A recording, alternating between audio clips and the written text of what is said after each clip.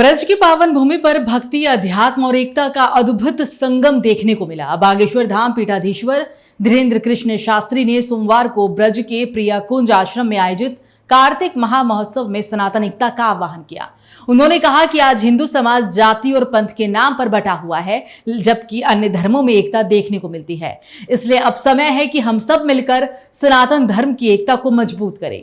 बागेश्वर धाम पीठाधीश्वर धीरेन्द्र कृष्ण शास्त्री ने सनातन एकता का आह्वान किया। उन्होंने कहा कि आज हिंदू समाज जातिवाद के नाम पर बट गया है, जबकि अन्य धर्मों के लोग एकजुट हैं। इसलिए उनकी सनातन एकता पदयात्रा का उद्देश्य है हर सनातनी को एक सूत्र में बांधना और भेदभाव को मिटाना।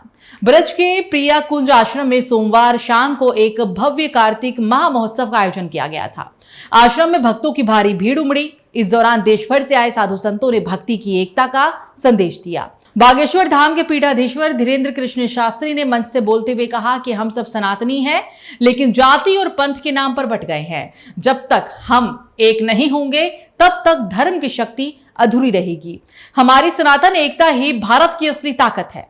आपको बता दें कि बागेश्वर धाम पीठाधीश्वर आचार्य धीरेन्द्र कृष्ण शास्त्री की सनातन एकता पदयात्रा 8 नवंबर से हरियाणा के फरीदाबाद से शुरू हो रही है।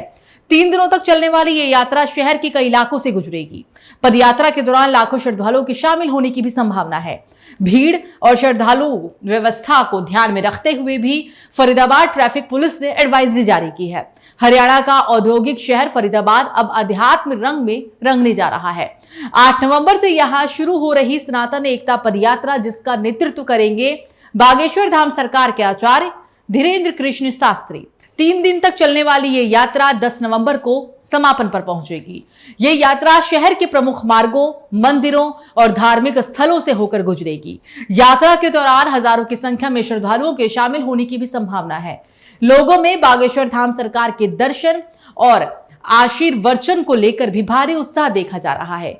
श्रद्धालुओं की भीड़ और यातायात के दबाव को देखते हुए फरीदाबाद ट्रैफिक पुलिस ने भी विशेष एडवाइजरी जारी की है।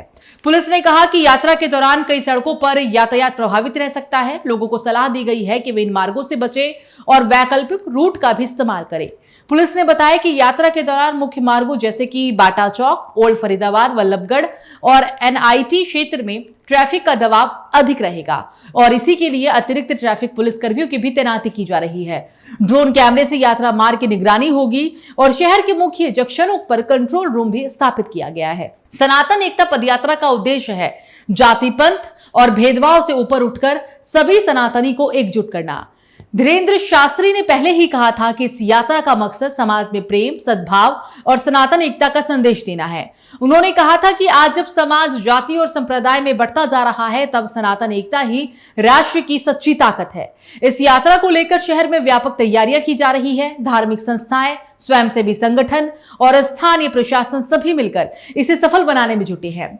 शहर के मंदिरों को फूलों और भगवा ध्वजों से सजाया जा रहा है। श्रद्धालु जगह जगह रथ और पैदल यात्रा के स्वागत की तैयारी में हैं। फरीदाबाद के नागरिकों से पुलिस ने भी अपील की है कि वो संयम और सहयोग बनाएं। यात्रा के मार्गों पर अनावश्यक वाहन ना लाएं और गूगल मैप अल्टरनेट रूट्स की ही सहायता लें।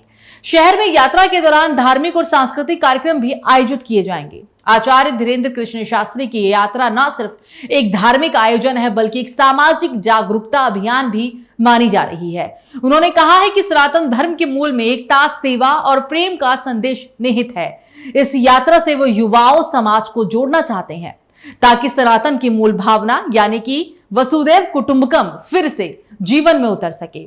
शहर में यातायात को सुचारू रूप से रखने के लिए 400 से भी ज्यादा ट्रैफिक कर्मियों की ड्यूटी लगाई गई है। सीसीटीवी और ड्रोन के जरिए भी निगरानी होगी ताकि किसी तरह की अव्यवस्था ना हो। 3 दिनों तक चलने वाली ये यात्रा फरीदाबाद में धार्मिक ऊर्जा का केंद्र बनेगी। जहां एक और भक्त आस्था और एकता का संकल्प लेंगे, तो वहीं प्रशासन इसे सुचारू रूप से संपन्न कराने के लिए पूरी तरह से तैयार है। फरीदाबाद से शुरू हो चुकी सनातन एकता पदयात्रा एकता, भक्ति और राष्ट्र धर्म का प्रतीक। भीड़ और यातायात को लेकर पुलिस ने भी अपील की है कि लोग सहयोग करें और वैकल्पिक मार्गों का ही उपयोग करें। अब देखना यह होगा कि शास्त्री जी की ये यात्रा किस तरह सनातन एकता के संदेश को जन जन तक पहुंचाती है।